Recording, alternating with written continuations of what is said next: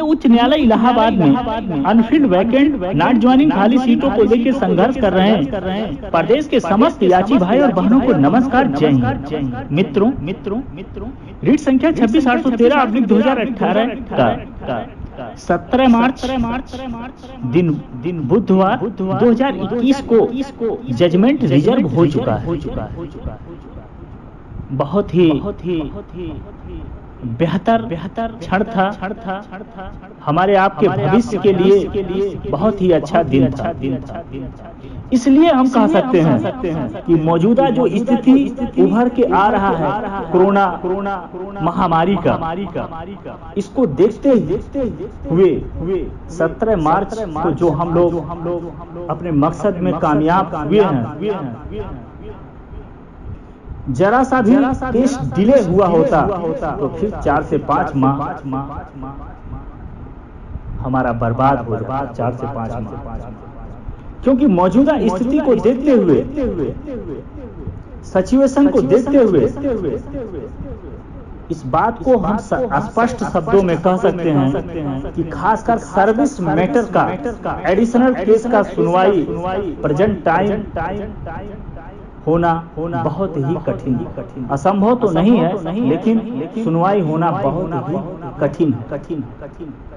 26 मार्च के पहले सब कुछ ठीक ठाक था, सुचारू ढंग से माननीय उच्च न्यायालय इलाहाबाद में सुनवाई चल रहा था। लेकिन होली के बाद जो कोरोना महामारी का सेकंड लहर है, दिन प्रतिदिन बढ़ता जा रहा है। मौजूदा हालात ये है कि एक दिन में 1 लाख से ज्यादा केस पूरे भारत में निकल रहा है, और खासकर उत्तर प्रदेश में जो 26 मार्च के पहले स्थिति था, हर प्रदेशों से बेहतर स्थिति था, वो आज उत्तर प्रदेश में भी हालात बिगड़ता जा रहा है, और कोरोना का जो ग्राफ है वो बढ़ता जा रहा है। इसको देखते हुए चीफ जस्टिस गोविंद माथुर जी 26 मार्च के पहले जो सुनवाई का प्रक्रिया चल रहा था, उसमें बदलाव किया गया। जो नया शेड्यूल आया है, लगभग 25 कोर्ट चलेगा, लेकिन उसमें भी जो कोर्ट आज कई शर्तों के बाद आज माननीय उच्च न्यायालय इलाहाबाद में सुनवाई प्रारंभ हुआ है। 26 मार्च के बाद कई शर्तों के बाद कोर्ट चला है।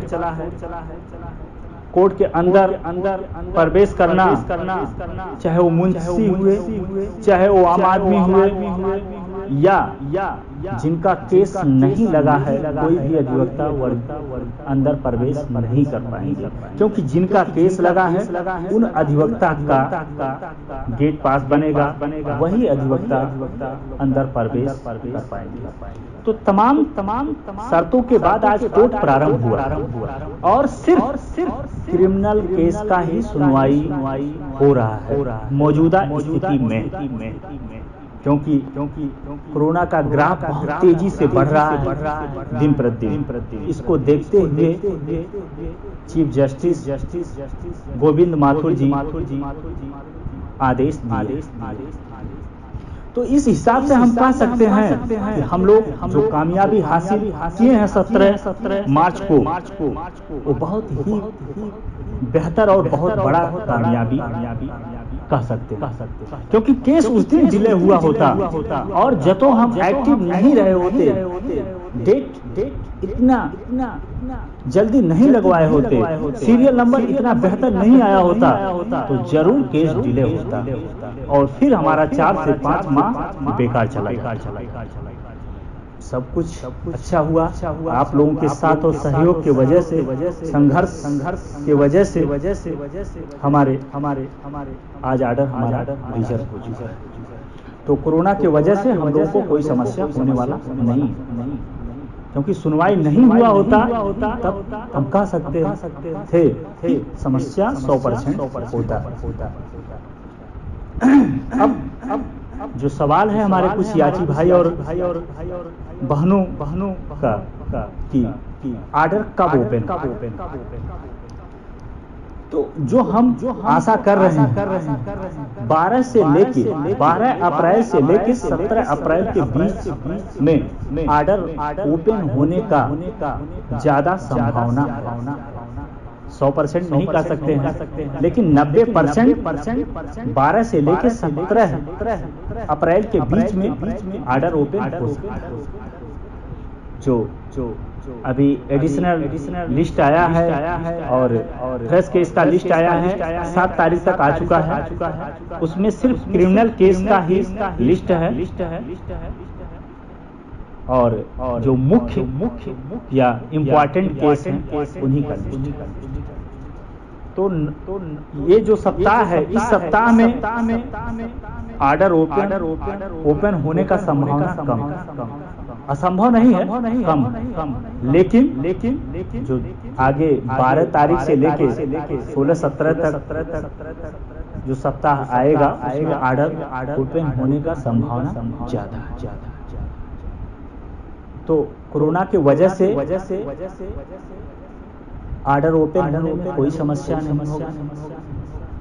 12 तारीख से लेके 12 अप्रैल से लेके 17 अप्रैल के बीच में ऑर्डर ओपन हो सकता। तो आपका जो क्वेश्चन था, प्रश्न था, ऑर्डर कब ओपन होगा, हम आपको बता दिए। कोरोना महामारी की वजह से विलंब होगा कि नहीं होगा, ये भी हम आपको बता दिए कि नहीं होगा। ऑर्डर ओपन 12 से लेकर 17 के बीच में हो सकता है, लेकिन जो नियम है 5 से 90 इस बीच हम आप कुछ नहीं कर सकते या कोई प्रक्रिया कानूनी नहीं कर सकते। लेकिन जो हम आशा कर रहे हैं अनुभव के अनुसार वो 12 से लेके 17 अप्रैल के बीच में आ सकता है। अब तीसरा जो हमारे कुछ याची भाई बहन ऑर्डर को लेके, जर्नल ऑर्डर, याची ऑर्डर, इसको लेके बहुत ज्यादा मित्रों लगभग 2018 से 2021 तक जो लड़ाई चली, संघर्ष चला है, हमारा उद्देश्य एक ही था कि 100% याचियों को ही लाभ होना चाहिए। इसी बेस पे हम लड़ाई प्रारंभ किए थे, आज भी हमारा वही बेस। हमारे अधिवक्ता भी उसी बेस पे लड़ाई शुरू से लेके आज तक लड़ते आए। लगभग आप लोगों को पता ही होगा 17 मार्च को लगभग 5 घंटा तक बहस चला है दोनों पक्षों से, और दोनों पक्षों का बात सुना गया है। Point to point justice MC. Tripathi ji note भी। अब कुछ हमारे याची भाई बहन के मन में तमाम सवाल आना वाजिब है, भविष्य की बात है। ये बहस हुआ, वो बहस हुआ, ये बहस हुआ, ये सारे चीजें, सारे पहलुओं को नहीं देखा जाता है कि आर्गुमेंट में क्या हुआ क्या नहीं हुआ। जज साहब कौन सा पॉइंट नोट किए हैं और कौन सा लीगल पॉइंट है, ये देखा जाता है। क्योंकि किसी भी जज को रिकॉर्डिंग नहीं हुआ होता है, जो आर्गुमेंट या बहस हुआ होता है उस चीज का रिकॉर्डिंग नहीं हुआ होता है कि सारे पहलुओं को याद कर लेंगे ऑर्डर लिखवाते समय। जज साहब ऑर्डर लिखवाते समय लगभग 2018 से लेके 21 तक कितने ऑर्डर हुआ उस चीज को देखेंगे, रिटर्न सबमिशन देखेंगे, आपका रीट देखेंगे, काउंटर, रिजॉइंडर, जो भी सारी चीजें डॉक्यूमेंट हैं और जो आपने ऑर्डर दिया है उस चीज को देखेंगे। और सारे चीजों को देखते हुए हम पूर्ण रूप से आशा कर सकते हैं कि ऑर्डर हमारे पक्ष में ही आएगा। इसमें नो डाउट, इसमें दो राय नहीं है कि हमारे पक्ष के बजाय विपक्ष में जाए, ऐसा हम सोच भी नहीं सकते। ठीक है, तो ये तो क्लियर हो गया। ऑर्डर पक्ष में आएगा, चलो ठीक है, लेकिन कौन सा ऑर्डर आएगा इस बात को लेके भी चिंतित है कुछ भाई। जर्नल आएगा कि याची आएगा। देखिए, जर्नल ऑर्डर या याची ऑर्डर ये जज साहब के विवेक के ऊपर होता है कि कौन सा ऑर्डर वो लिखवाएंगे और किसको लाभ देने वाले हैं। हर हाल में लाभ तो याचियों को होगा, ये सही बात है, लेकिन जर्नल ऑर्डर आने पे कुछ याची वर्दी से वंचित हो जाएंगे। और याची आर्डर आने पे सबका सिलेक्शन होता है, नंबर कम हो या बेसी हो इससे कोई मतलब नहीं। तमाम हमारे कुछ याची भाई परेशान है, कुछ लोगों का तमाम सवाल होता है याची आर्डर कभी नहीं आया, ये है वो है, तो ये सारे पहलुओं को सोचना गलत है।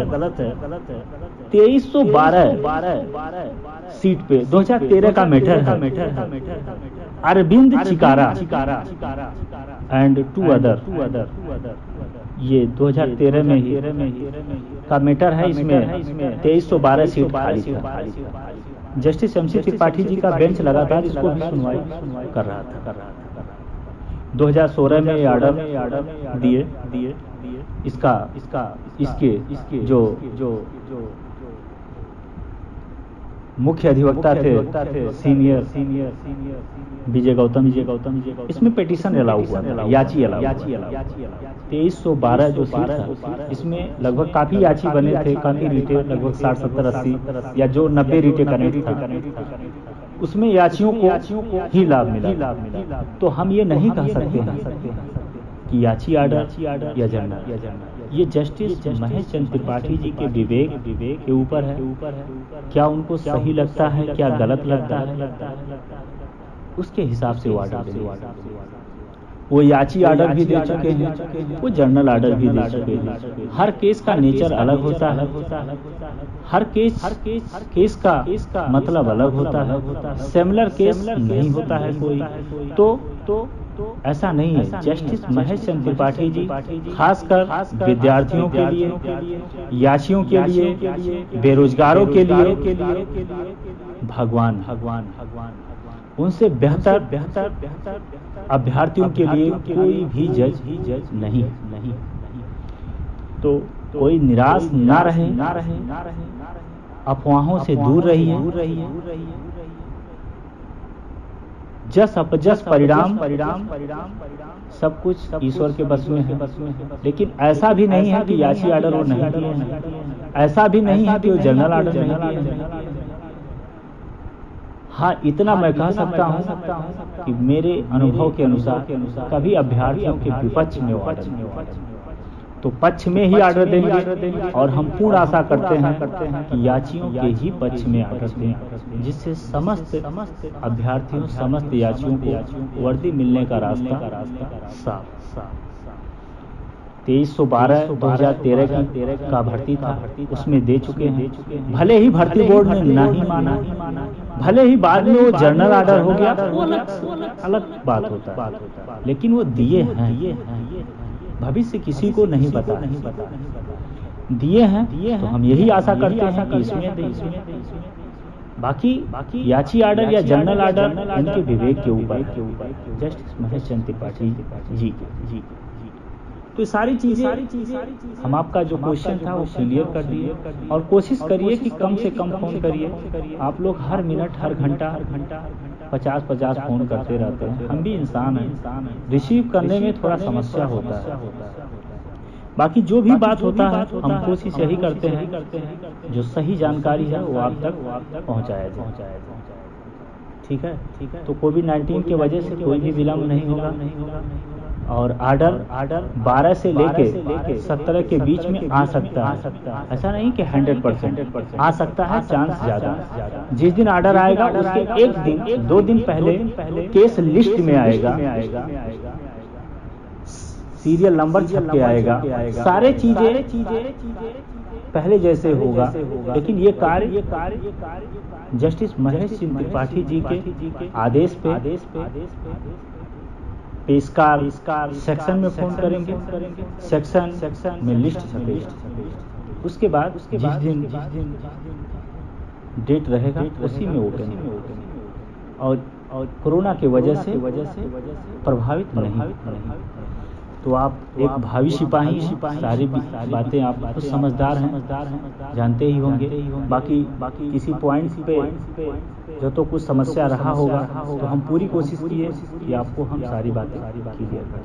और जब तक आर्डर आ नहीं जाता है तब तक अब आईडीओ नहीं किया जाएगा।